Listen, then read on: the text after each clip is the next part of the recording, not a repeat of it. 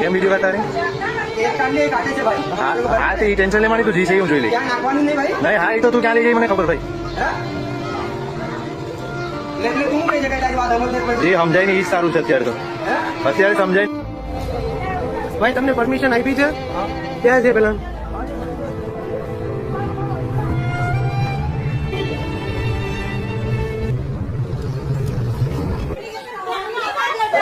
કઈ વાંધો નહીં.